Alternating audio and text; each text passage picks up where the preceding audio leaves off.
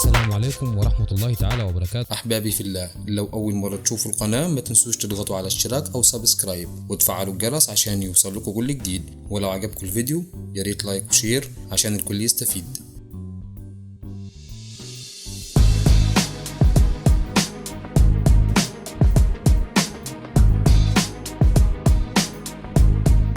This is SARS-CoV-2. It belongs to the family of coronaviruses named for the crown-like spikes on their surfaces. SARS-CoV-2 can cause Covid19, a contagious viral infection that attacks primarily your throat and lungs. What actually happens in your body when you contract the coronavirus? What exactly causes your body to develop pneumonia? And how would a vaccine work? The coronavirus must infect living cells in order to reproduce. Let's have a closer look.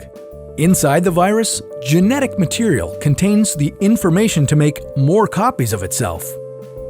A protein shell provides a hard protective enclosure for the genetic material as the virus travels between the people it infects.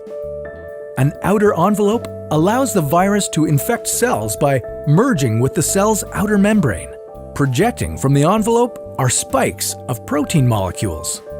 Both a typical influenza virus and the new coronavirus use their spikes like a key to get inside a cell in your body, where it takes over the cell's internal machinery, repurposing it to build the components of new viruses. When an infected person talks, coughs, or sneezes, droplets carrying the virus may land in your mouth or nose and then move into your lungs. Once inside your body, the virus comes in contact with cells in your throat, nose, or lungs. One spike on the virus inserts into a receptor molecule on your healthy cell membrane like a key in a lock. This action allows the virus to get inside your cell. A typical flu virus would travel inside a sac made from your cell membrane to your cell's nucleus that houses all its genetic material. The coronavirus, on the other hand, doesn't need to enter the host cell nucleus. It can directly access parts of the host cell called ribosomes. Ribosomes use genetic information from the virus to make viral proteins, such as the spikes on the virus's surface. A packaging structure in your cell then carries the spikes in vesicles which merge with your cell's outer layer, the cell membrane. All the parts needed to create a new virus gather just beneath your cell's membrane. Then, a new virus begins to bud off from the cell's membrane. Now, with the virus spreading in your body, how can you develop pneumonia symptoms? For this, we'll have to look into your lungs. Each lung has separate sections called lobes. Normally, as you breathe, air moves freely through your trachea or windpipe, then through large tubes called bronchi, through smaller tubes called bronchioles, and finally into tiny sacs called alveoli. Your airways and alveoli are flexible and springy. When you breathe in, each air sac inflates like a small balloon. And when you exhale, the sacs deflate. Small blood vessels called capillaries surround your alveoli.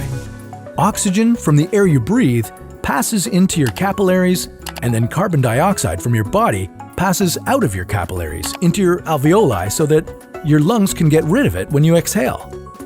Your airways catch most germs in the mucus that lines your trachea, bronchi, and bronchioles. In a healthy body, hair-like cilia lining the tubes constantly push the mucus and germs out of your airways, where you might expel them by coughing.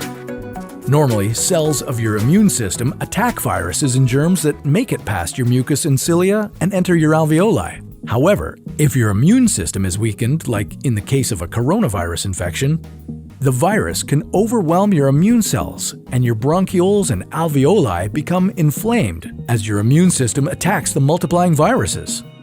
The inflammation can cause your alveoli to fill with fluid, making it difficult for your body to get the oxygen it needs.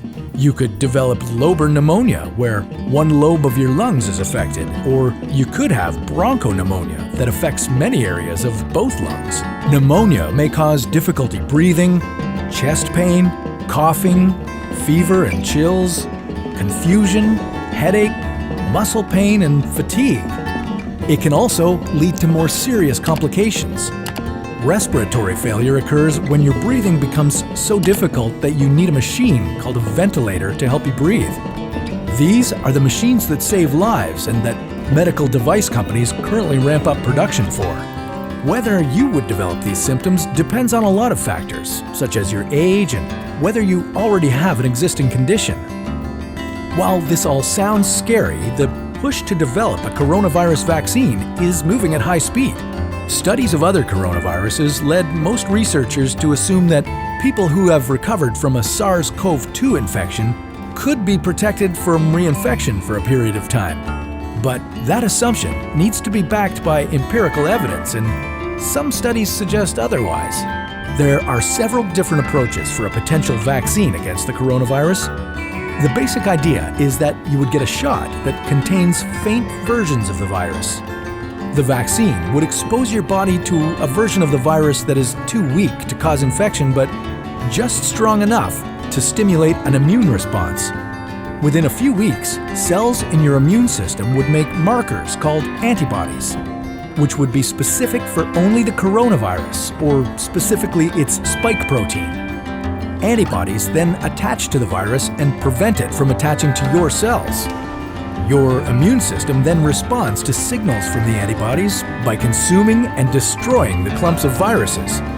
If you then catch the real virus at a later stage, your body would recognize it and destroy it. In other words, your immune system is now primed. Collecting evidence on whether this will be possible, safe, and effective is part of what's taking researchers so long to develop a vaccine. It's a race against time to develop a vaccine amid a pandemic. Each step in vaccine development usually takes months, if not years. An Ebola vaccine broke records by being ready in 5 years. The hope here is to develop one for the new coronavirus in a record-breaking 12 to 18 months. While all of this will take time, stay home if you can, to protect the most vulnerable. And don't forget to wash your hands for at least 20 seconds and as often as possible.